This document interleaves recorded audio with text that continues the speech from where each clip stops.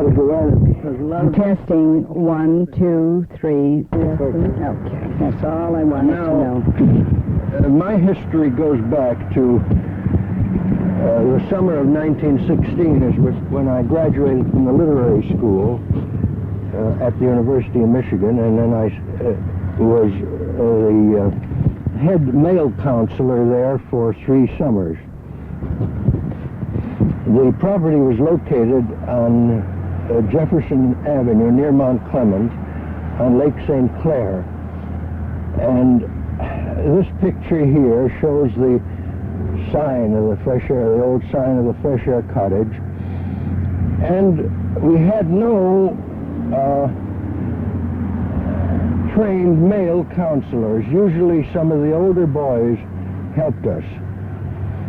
And how we got by, I really don't know, because the turnover of children was very, very large. How many children were at camp? Well, I would guess now that we had a turnover of over 100 children every 2 weeks. And I'm sure it ran over, and there were some that stayed on through the whole summer, those that were special cases where they had no parents or there was some special reason why we should keep them. May I ask one more question? How old were you when you were a counselor there?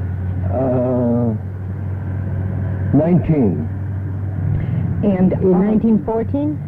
No, 1916. 1916. And also, how did you get out there? Where did you live in Detroit? I lived in Detroit at that time, I think, on Brush. But my memory is not very clear. Well, no, there were 2 places on Brush that we lived at. There was Brush and Brady at that time, I think. Well, it might have been. It doesn't make too much difference. But I was usually driven out there by Blanche Hart, who was then the head of the Jewish Charities and was very, very much devoted to this camp. Or on occasions, I might even take the streetcar. But for the most part, I would get a ride from somebody. About how long a trip was it? Well, it was about an hour anyway to get out there. And the kids used to come in the streetcar, in the interurban that ran right in front of the property. Just like from here to there. The property was near what? It was near, about 4 or 5 miles from Mount Clemens. Now, these are pictures here of the water and the boat. And now they had a system there, what they call chaperones. It was a kind of interesting, but it favored the girls. In other words, 2 volunteers, usually young girls from the city, would come for a week or 2 to help out as a sort of semi-counselors, but their jurisdiction would be with the girls. But I had no such people. That is, no appointed helpers other than the boys that were of some assistance. So that... Were you the only boys counselor? I was the only official counselor. The others were just young, grown-up boys that lived in the camp, just like Maury Stein and the others. And you lived there for the length of time? Oh, yeah. You lived at camp? Yeah. Now, here's a picture here of Gussie Brown, myself, and a lady whose name I've forgotten now, and 2 of them. These are supposed to be chaperones, who are the volunteer helpers, you see. These are some of the little children. This is little Bella Stark, whom I remember very well. She was the daughter of the cook, and her favorite signature was, Mr. Levin, give me a push. She wanted to get on the swing. Here's a picture of Blanche Hart. Now, we had a raft out there, and at first sight it would seem as if it was a risky thing. But you see, Looks like they're all drowning. Yeah, but the water there was very shallow, and the raft, any child could stand up to his, it wouldn't go beyond his ears. So, and it was very carefully watched, and the kids had a picnic on that raft. Well, here are more pictures of Gussie Brown, who was a lovely woman. There's the interurban car and the children departing. This is a departure picture. Now this was... Departing, would you remember approximately from where that was? Well, this is from in front of the camp. Oh, in front of the camp. camp. Oh, Yeah. I thought maybe in Detroit. Where did they pick it up? Pick what up? The interurban. Right in front of the camp. No, and to go to camp. Oh, that I can't tell you. That was done in Detroit. Here's another typical picture of all the children there in front of a sort of a pagoda or whatever you call it where the flag was. And we had flag, the only real discipline we had was flag raising and the oath of allegiance in the morning and blowing of reveille and taps. And when I came there, I couldn't blow a bugle, but by the time I left, we get short of bugle blowers, so I had to blow the bugle. Mr. Levin, I noticed that there are cabins. Is this where the children slept? No, this was the dining room. But our facilities were nothing like what they call a modern camp today. The girls slept in a house, and I think there was one sort of a large shed that, like this dining room here, where a good many of the boys slept. But I may be a little bit rusty on that. But we didn't have any tents or any fancy things. It was trying to make the most out of what we could do. When I say we, I didn't have anything to do with those arrangements. I was merely working there. But I'll have to use the word we so as to make it clear as to what was going on. Were you paid as a counselor? Yeah, but not very much. I was paid, and I was glad to get what I did. You don't have any recollection of how much it might have Oh, been? I think it was less than $100 a month. I know it was less. I know it was not a full 100. This is the dining room. This is another picture of myself surrounded with some of the kids. Now here's one of the Girl Scout visits. Now occasionally Melanie Friedenberg, who later became Melanie Menderson of Cincinnati, was a Girl Scout leader, and she would bring the Girl Scouts out there for a day, and there were occasional visits of that kind. Now, one of my assistants was George Arfa, who was one of the boys and a very good helper. He didn't get paid. He just got his room and That's right. They were just helpers. They were not official in any way. Now,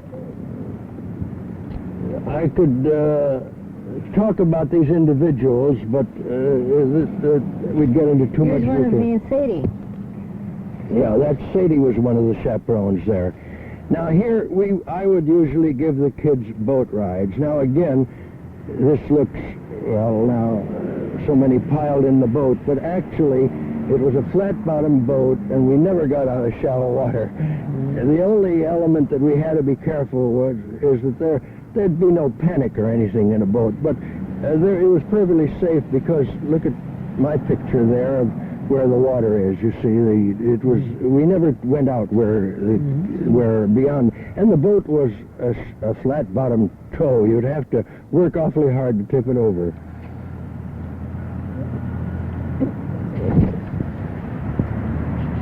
Well, here's one of the stunts which Blanche Hart and I did. I dressed up like a girl and she dressed up like a man, and we put on a stunt for the kids. It's dressed in Sadie Kaiden's clothes. Yeah, that's, yeah. Eugene Sloman, every week or two, I've forgotten, it might be 2 weeks, it might be one, had some arrangement, I think, with the National Biscuit Company, where he got their broken cookies for free. And he would bring a barrel of broken cookies, and the kids would line up for those cookies and milk, like nobody's business. It was somewhat disorganizing, but believe me, the kids just loved it.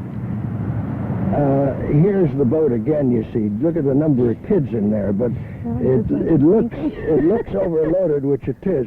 But it's an old scow, and it couldn't tip over if you tried, you know. They're sitting on the bottom of the lake anyhow, Practically. Anyway, I don't think I'd do that the way now, but we were careful about that. One of the other stunts that we had there, was what they called a peanut hunt. I don't know whether you're familiar with that or not. And it was one of the most exciting things that we had there. We'd have it maybe once a week or once in 2 weeks. We'd take a bushel of peanuts and strew them all over the grounds. And then we'd blow the whistle and everybody would go out and see how many peanuts they could catch. And it was a wild mess. But the kids again loved it. Here's a picture of Sloman arriving. And here's the chaperone's mess. That is where they ate at the table in the dining room. Here's Gussie again. This is a Fink woman. Here's a woman who was one of the chaperones there by the name of I've forgotten what her, Annie Solomon. She came from up Oscoda, and she was a kind of she was an old spinster, and she was really not too big a help, but she was a very friendly woman, and Read tea leaves, though. You say she's man and read crazy. tea leaves. Well, I don't want to put that in the record.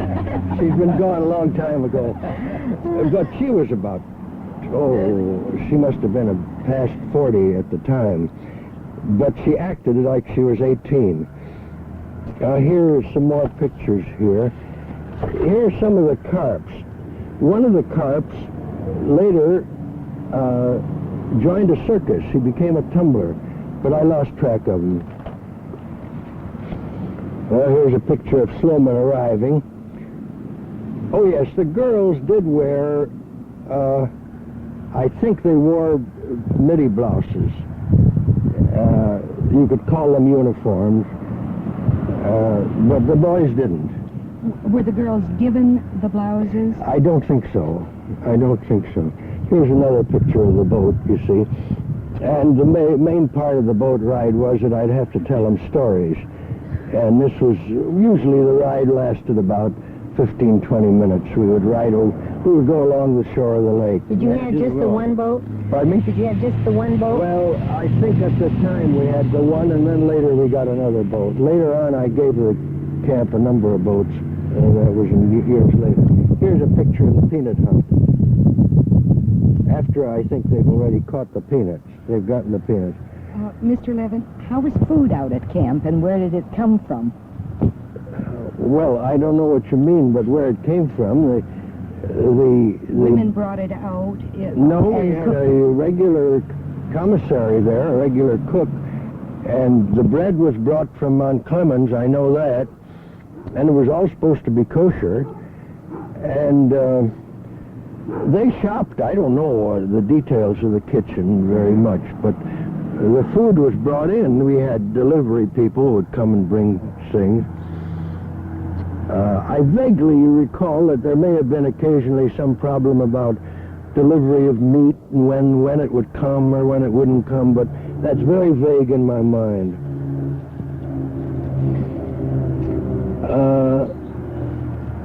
How many summers were you up there? 3 summers. Now here's a picture of the morning flag raising, you see.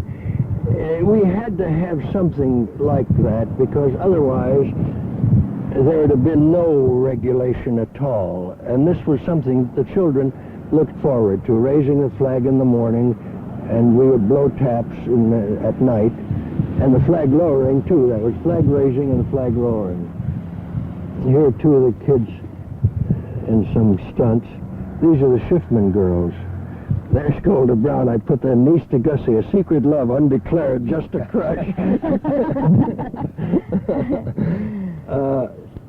Here's some more of the children. I don't even remember some of the names of the boys that helped me. You were the first male counselor who was paid there at camp? I can't answer that. I don't know. It isn't very clear. I would say that it became a little bit more definite as an organization after the year that I came. But I can't tell you much about what preceded. May I just ask you a question, Mr. Levin? Gussie Brown was the director. She was the matron. She was called the matron. and the director, and she was in charge over me. Yeah. I was under her. Mm-hmm. But I was the only male one in charge, so far as the boys are concerned. And Blanche Hart. Well, Blanche Hart just loved to come out there. She liked the camp, but she loved to come out there on a hot day and swim. But she was very devoted to the camp and did a lot in connection with the Size of the ribbon thing. Yeah, and she was very helpful in the arrangements before the children came out, and very devoted to the camp itself. Who is Here's, Annie Fox? Just one of the little girls. A very cute little girl, as I remember. This is Annie Fox right there. There's Sadie again, you see there, and there's Gussie Brown.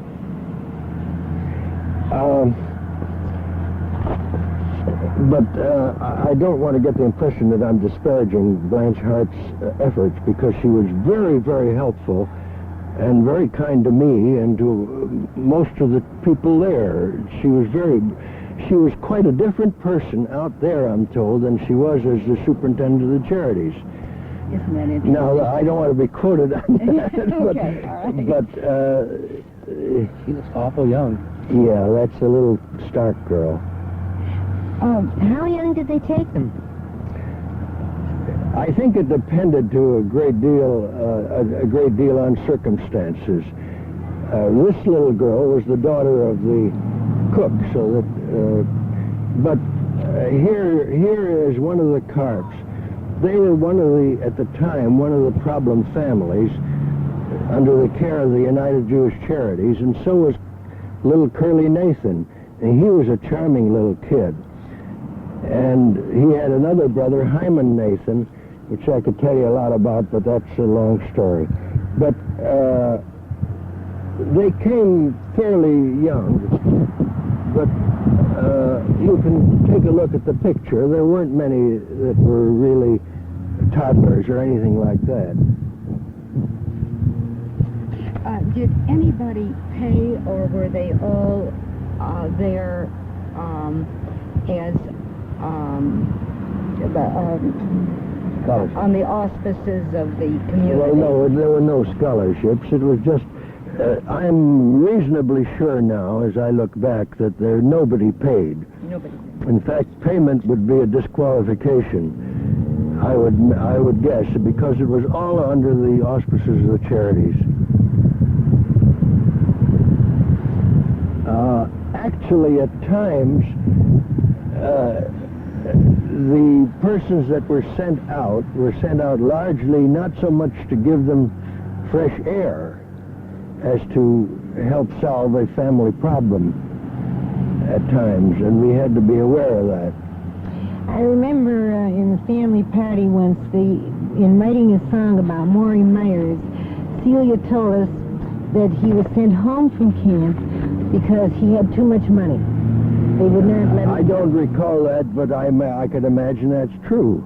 I understand that Celia was a counselor out at camp. During your time or not? I can't say that she was during my time. But I don't think she was. If she was a counselor, it definitely wasn't in my time. If she was what they called a chaperone, it might have been in my time, but I doubt it. Well, she's just about 2 years younger than you, isn't she? Yeah, I think she was too young at that time. And the other thing, Agnes Scott she thinks from the stories within her It's family. Sadie's daughter. Yeah, I know who she is. And she thinks from the stories that she remembers that her mother and father met out at camp. I think that's correct. They didn't marry for many years later, but Yeah, that they met. yeah, Harry Brown used to come out there. For 7 years, And we have.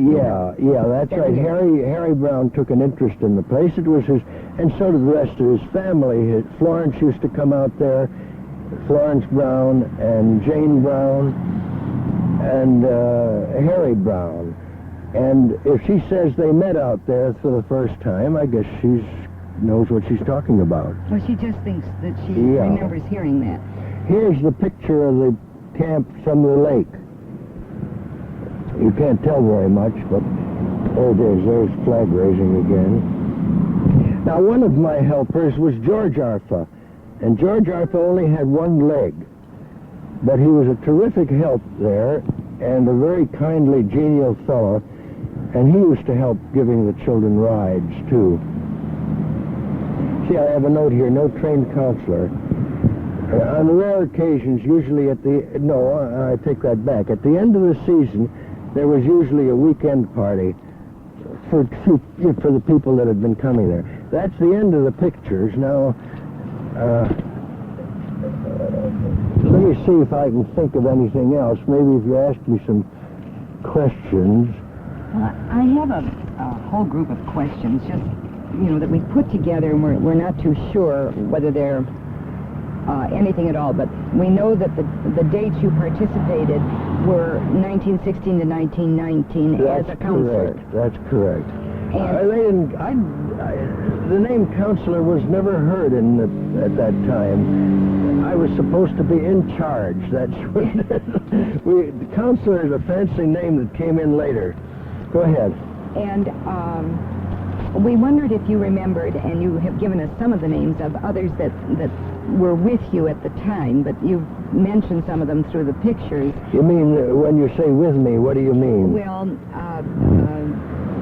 some of the helpers you did mention, because you were the only counselor. I'm the only one in charge. The only one in charge. Do you remember any of the girls? I remember a few of the girls that came. One of them, Hortense Lilienfield, she was a Krolik, was a very good counselor there. Melanie Friedenberg and Elsa Friedenberg, and this Anna Solomon, and this Fink girl, I've forgotten her first name, and and Florence Heiger, and there's another one, and I think one of the Sadie Hirschman, I think, came out once.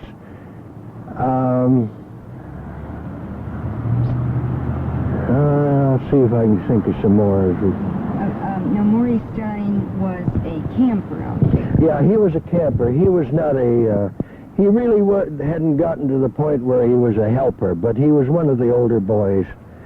And he had a brother there and a sister. And it was there, too. It was a family situation. In other words, taking care of the family during the summer. I think there was some problem there in the family. I don't know what it is, and I don't want to be quoted because I don't know. But I remember his sister and his brother. We were trying to remember some of the women in the community. Actually, the women were the ones who started Fresh Air Society. Some of the women who were the organizers. We know that Edith Heavenrich. Oh, Edith Heavenrich, sure. She used to come out right along. She was one of the important people in it. Yeah, I'd forgotten about her. Mrs. Weineman. Not so much. Not out there, no. She may have been behind the scenes in Detroit, but I don't recall her ever having been out there. Because we were trying to remember some of the people who organized it. Something that we didn't get into. We saw pictures of you boating with the children, and obviously with some of the some of you gave costume parties to entertain the children. What did you do with them all day long? Well, I'm glad you mentioned, because it really was quite a problem. First of all, the days I found really did not linger too long. They went pretty fast. Before they got through at breakfast, it was up in, I don't know whether it was 8:30 or 9 or whatnot. Then the girls' chaperones would get their girls together and do something with them, whether it was crocheting or whatever it was, I don't know. And the boys, we would usually have a ball game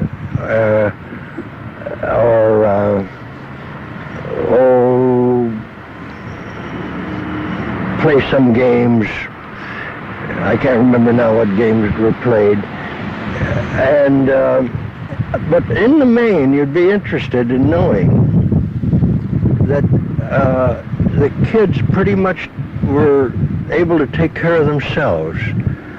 Now, we did occasionally take them for a walk, but that was rather dangerous on account of the streetcar, you see, and the account of the road, so we were limited. But all I can say is that the days did not seem hanging on our hands at all. And there were, on rare occasions, runaways, maybe one a summer, because the children were taken from homes that they had never been away from, and it was the shock. And usually the runaway would be the first day. It wouldn't be later, whatnot. And I don't think there were more than 2 or 3 during the 3 years that I was there, and we usually went after them, and we would find out that they had gone, although on one occasion I think the kid got on the streetcar and went back to Detroit.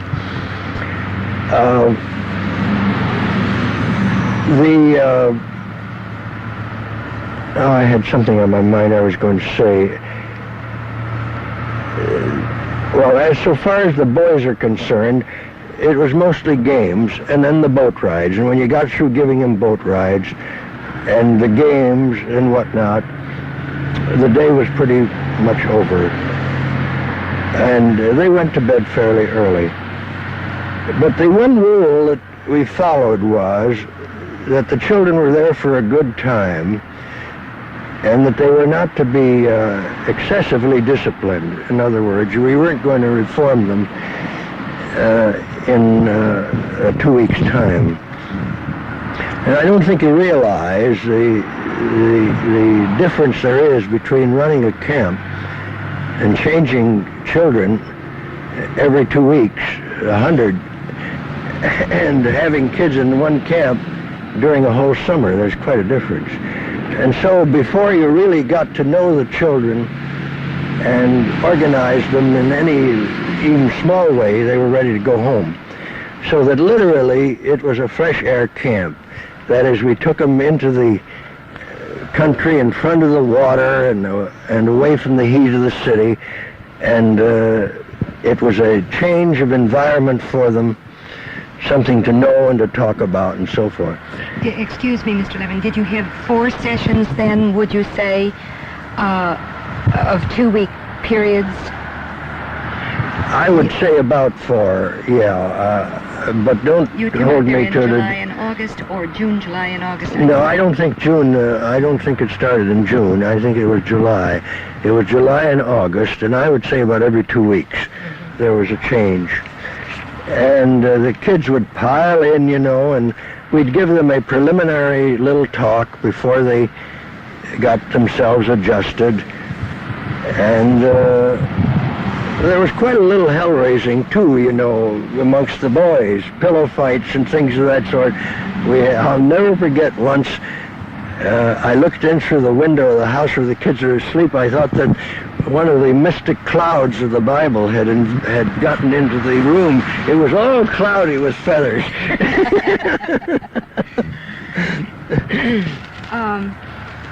I have a question that might prove to be an interesting one. Is there anyone in your memory who exerted the most influence or the most energy toward the success of this project, Fresh Air?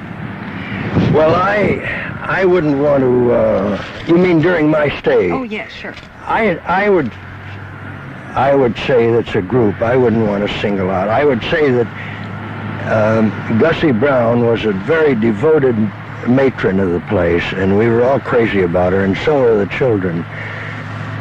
And Blanche Hart certainly was very devoted to the place. How and were you Edith recruited? Pardon me? How did they recruit you? I think Fred Butzel recommended me to Blanche Hart. I think that's how it happened. Although at that time I was not in practice, I was just a student. But I would say that Edith Heavenrich, Blanche Hart, Gussie Brown, and there are others, but I can't just remember.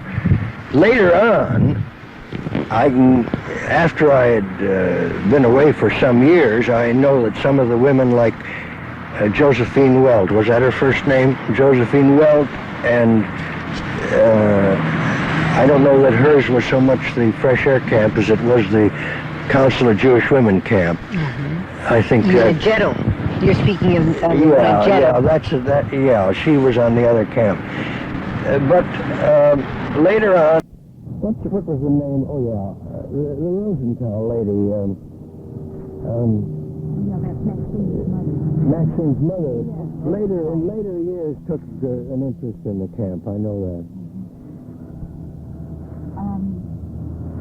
Did you obviously had 3 summers there, and then you left the guiding end of that camp. Did you ever continue your interest in the... Oh yeah, not only that, when they were going to move, apparently they decided to move, I found that all organizations at some time like to move. Whether it's a synagogue or anything else, they all like to move. They keep going. Jess Hirschman located the place at Blaine Lake near Brighton. And I was deputized to go out there with Jess to see whether or not it was swimmable. And Jess and I drove out there in the early part of May, and I got myself into a bathing suit and went in swimming there to test the bottom. And that's the way they chose that place. If you didn't come out, it was too bad. That's right. But that's how they picked Then out they the would place. know that they shouldn't go there. So this would indicate that I was in touch with it for some years. I have somewhere here, amongst all these papers, a list of the various sites of camps. Do you remember offhand while I'm searching for them? Because it's interesting. Here they are. Here was Fresh Air Camp, St. Clair Shores, 1912 to 1926. That's huge. That's part of the time Yeah. you were there. That was that near Mount Clemens. That's right. Then you talked about Brighton. Yeah. And that was 1927, and it's still ongoing. If you say so, that's when it was. And then, of course, the others, which I thought maybe you'd be interested in taking a glance at, because these are all the fresh air camps now.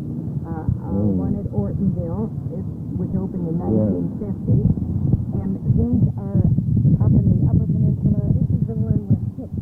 Oh, yeah. I know Wawa. I've been up to Wawa, not the camp, but I'm familiar with the country. And that was given to us in 1969, and well, how many children do all the camps take care of now? We have this year enrolled for 3 periods. The total enrollment this year is 1,894 children.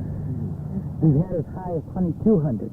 Gosh. Now this is over and above. We had 107 children over the 1,800 plus from Hadassah this year. Hadassah used that for a camp. The Judea camp there for a month. We rented out facilities in Ortonville. Yeah. Well, they come for 3-week sessions. 3 instead of 2. Uh-huh. And now, of course, We have trained counselors now. Yeah. in tuition and paying. Now it's a sliding scale from nothing to full payment. Yeah. If any child cannot pay, then they still come to camp. Well, I am reasonably sure that ours was pure charity. There were no gradations of... At the early stages there was. They started to charge the children in 1922 for those who could afford Well, to wait a minute. I was before 22. No, he said before. Oh, yeah. I mean, after Oh, that. before. Yeah, after that. Starting in 1922, they started to charge the children, those who could afford it, $7 a week. Then it went up to $9 a week. Then it went up from there. But prior to that, they didn't charge. Well, tell them what they're paying now. Now we have the scale. It costs us to keep a youngster at camp for 3 weeks. The actual cost is $290 for the 3-week period. Per child, eh? Per child. Now, as of last year's figures, 54% of the youngsters who enrolled at camp were on a full or partial scholarship. Yeah. That's where the funds go to. Now, we have what we call 3 fees. The A fee, which the individuals pay the cost, plus about $50 above that, is kind of a donation. And the B fee are those that pays the actual Yeah. cost. The C fee depends on how much they can pay or nothing whatsoever. Yeah. Well, tell me, how do you sort out the applicants? Do you have a committee that goes over the names and whatnot? I know something about the problem involved because I'm on the scholarship committee of the Roper School. And I know that the problems that we run into about can this one afford it and shall we give it to this one even though they have some money or they don't have this much money or that much money and so on. So that the sorting problem must be a difficult one. It is. If someone is asking for a scholarship, they have to come up to the executive offices, which is at the Jury Center building, for an interview. There's a trained staff of 4 or 5 people, all the professionals interview. They keep it confidential, they keep it dignified, but they've got to indicate their approximate income, and sometimes they may ask for a tax report. You're not going to believe this. A lot of them are kid you. And I can't. You're not going to believe this in connection with a committee that I'm on. One of the people applied for a scholarship who had a gross income of $70,000. Well, of course, they didn't, we paid no attention to it, but I often wonder what motivates a person to apply under those conditions. One of the big problems we have now, Mr. Levin, is the single families, divorced families or widows yeah, or like. that's one of the big and problems. 1 out of every 3 campers in camp now come from a family like that. Yeah, I would say that many of the scholarship situations that arise in places like that are from broken families. You know, I wanted to ask you a question. You spoke of swimming. Did you teach the children how to swim? Did you make any effort to? We couldn't do very much about that in the limited time. The main point was to see that the kids got in and enjoyed themselves in the water and to keep a careful eye on them to see that nothing happened to them. And during the time I was there, we never had a single thing of any kind. I think once we had a broken arm or something. But it's rather surprising that we ran into so little difficulty during the time that I was there anyway. Did a doctor come with you or a nurse, or did you have any kind of medical care there at all for the children? No official no resident or even visiting medical care except as needed. And that wouldn't always come through me anyway. That would be handled by Gussie Brown. And there might have been here and there some cases of illness. I know that there were some cases of temperature and things like that, which Gussie would handle. I don't know whether she would send them in or not, and I don't recall. And we had some male visitors from time to time who took an interest in the camp. Dr. Welling used to come every once in a while, Ben Welling, that is, and there was Harry Brown, and Harry Goldberg, who married this Fink girl, who was one of the chaperones, and there were others that took an interest in, and when they would come, it was a kind of nice because they would join in the games with the children. But by and large, I would summarize it by saying that we did the best we could with as little as we had and with the facilities that we had. And I'm amazed as I look back now that we got by. Put on here, which we didn't do before, is that it is August 2nd, 1976, and we are sitting and chatting with Abraham J. Levin at his home on Franklin Road. I'm trying to remember what happened 60 years ago. And we're talking about Fresh Air Society in 1916 to 1919, when he was not a counselor, but a what?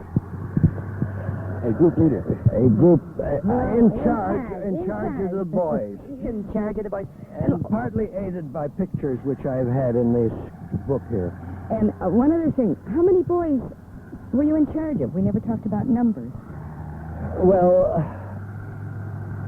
I think now, I may be wrong, that it was a little weighted in favor of the girls, that there were a little more girls than, I must tell you another thing. I don't know whether this is for publication or not. No, we but won't I'll tell you publish about it. But I think that there were usually a few more girls than boys.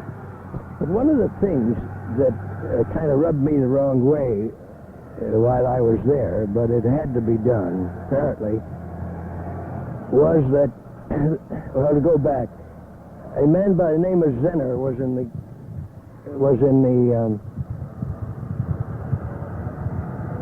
chemical business, and he made a disinfectant. It was the most horrible smelling thing you ever smelled in your life. And it would be put in a big, big bowl, and each kid that came in camp had to dip his head. It was like a sheep dip. They didn't have to actually duck their head exactly, but they had somebody with a rubber glove would give their head a good washing with this linoleum stuff, and then they would rinse it in water so as to get rid of any animals that might be crawling around. And the kids hated it, and I don't blame them. It's called Jewish baptism. Well, I don't know. Were there any other male leaders during the 3 years you were there? The first year you were by yourself. Was there any other men join you on a paid basis? No. Here's some names. Fresh Air finds a home 1912 to 1926, and it says Mrs. Samuel Van Noorden was a faithful staff of volunteers. Miss Anna Solomon, Edith Heavenrich, Mrs. Isaac Palaster. And a Mrs. Either a Miss or a Mrs. Schluss. I don't remember now. And I remember Hattie Gittleman, too.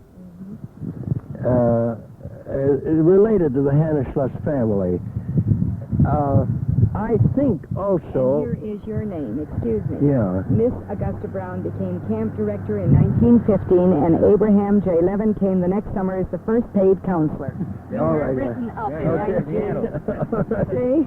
Well, I've been, until I moved out here and I quit my practice, I was in touch with the camp all the time, and especially since I had the job of being attorney for the National Council of Jewish Women, which I didn't charge, of course, and so I kept in touch with these things. I was familiar with them.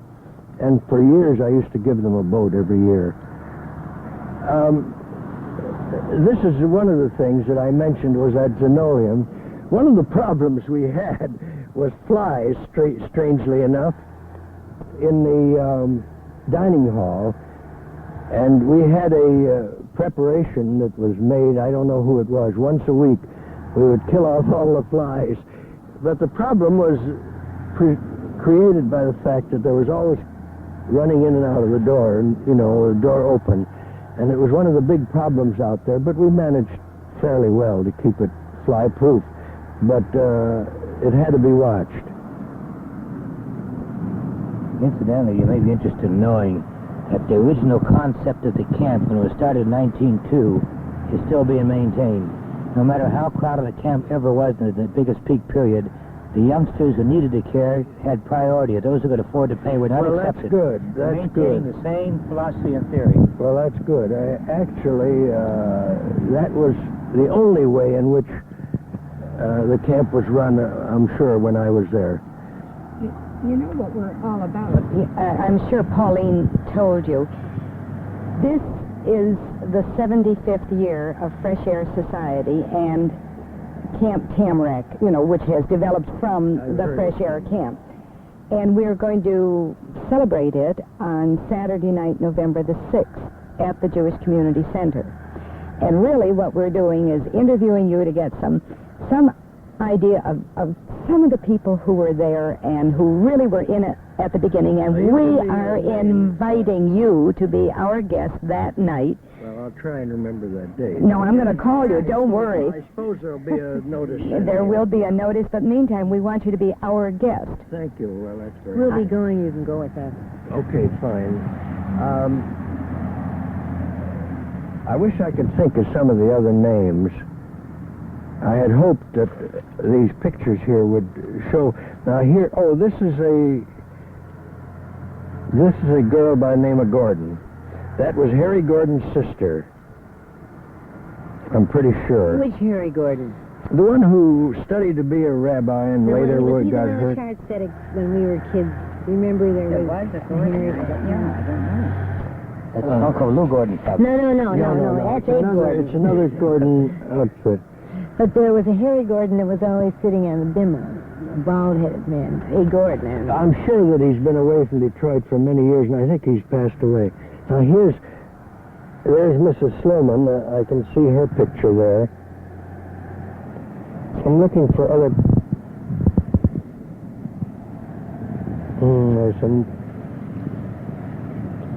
there's some grown-ups in back of this picture, but I can't place them.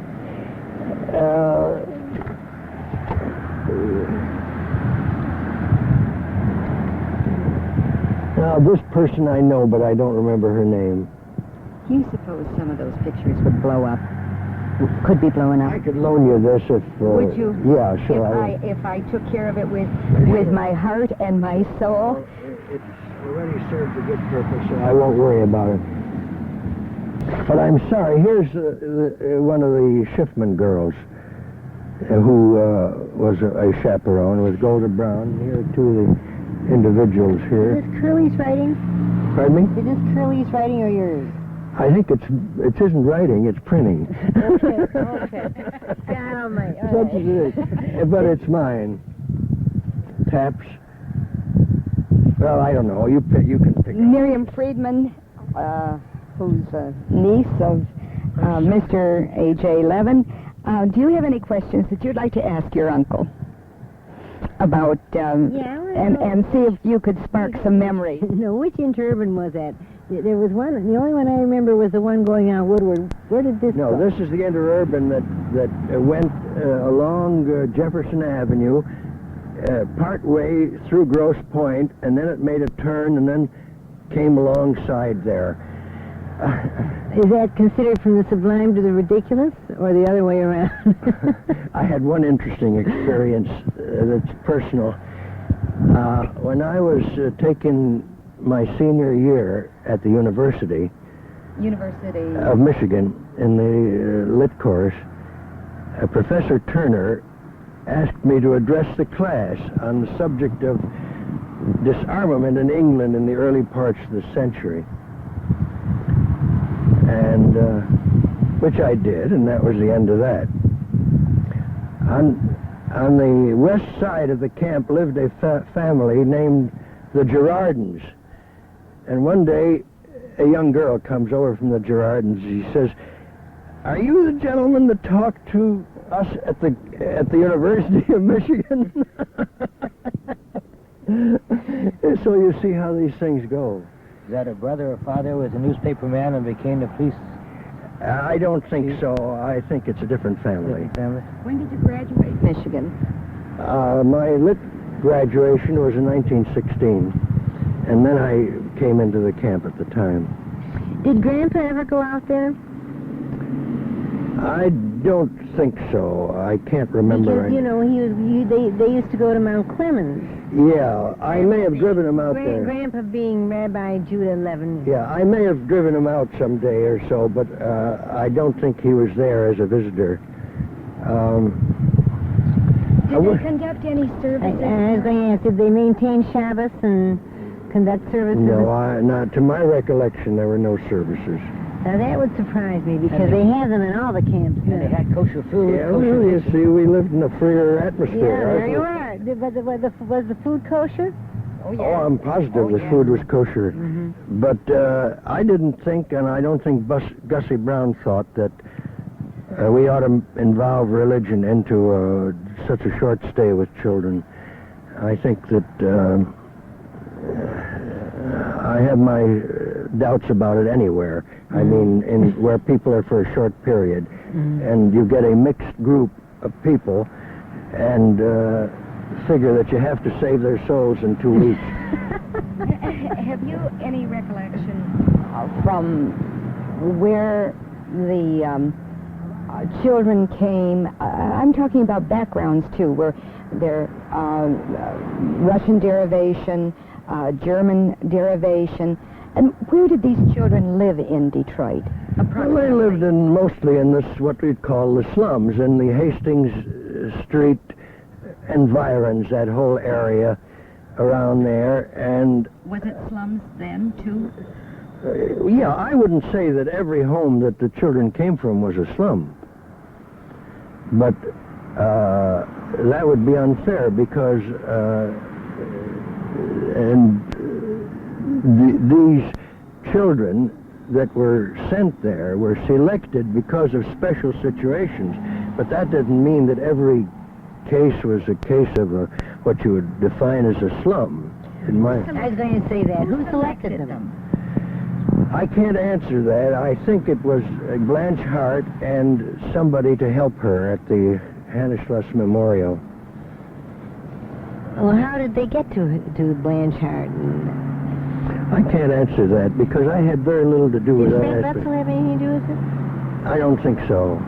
He may have officially, but They made some you referrals. see, the Hannah Schloss, I don't know whether you realize it or not, that building on High Street, which I think no longer exists, or maybe it does, I don't know, was an important center for us children. I was one of the boys, as a young boy, that took manual training there, played basketball there, and my brother took manual training there and played basketball, and we had the Homer Lane Club there and the Tri-Square Club, and it was a very important center.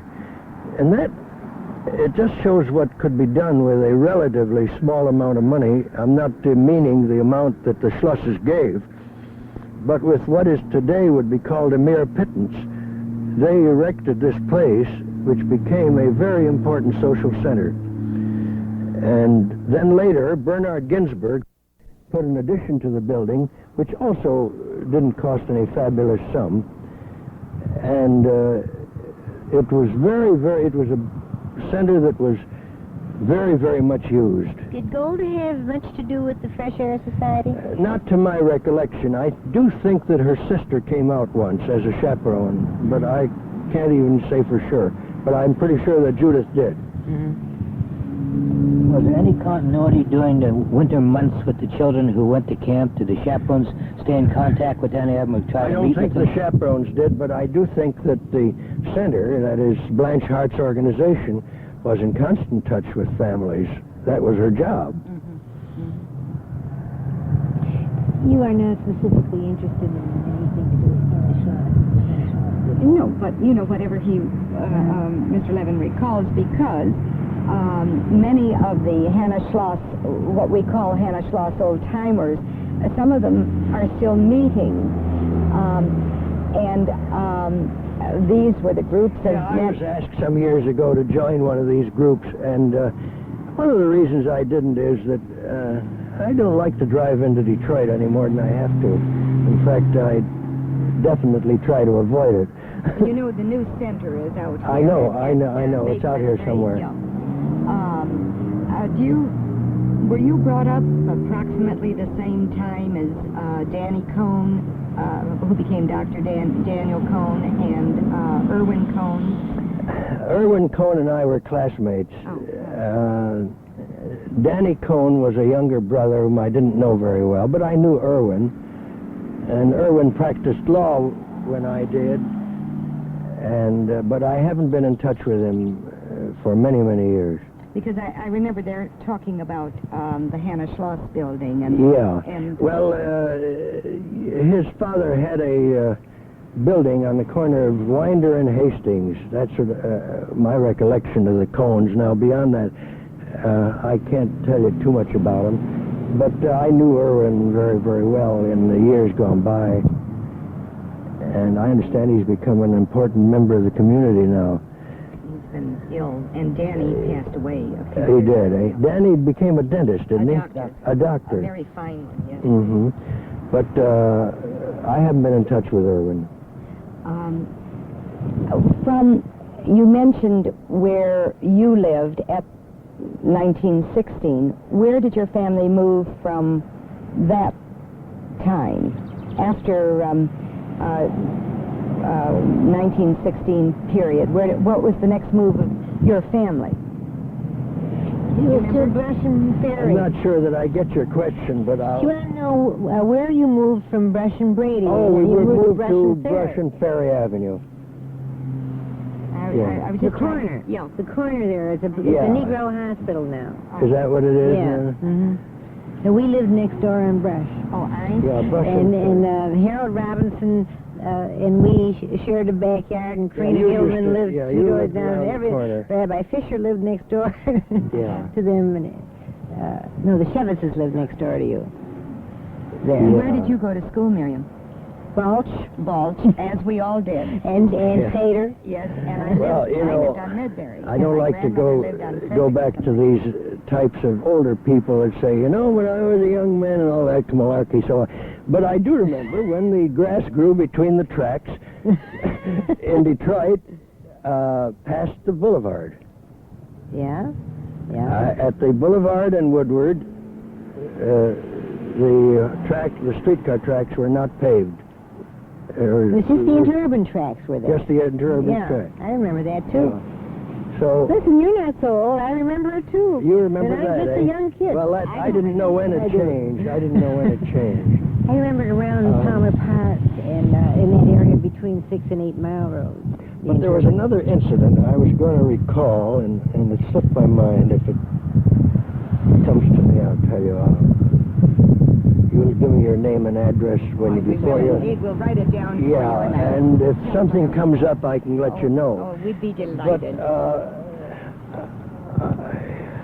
I don't have enough memoranda outside of this, you see, to refresh my memory.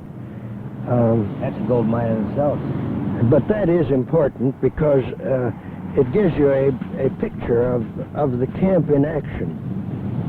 Well, See? this has been one of the most joyful I've enjoyed hours of my lifetime. I'm telling you, I've eagerly anticipated this, and I'm just delighted. Well, I'm delighted to be of some help. I'm glad I kept this, you know. And my wife was a great keeper of memory books, but I kept this before I married her. Thank you, Mr. Well, you're welcome. Welcome. Welcome. Welcome. Welcome.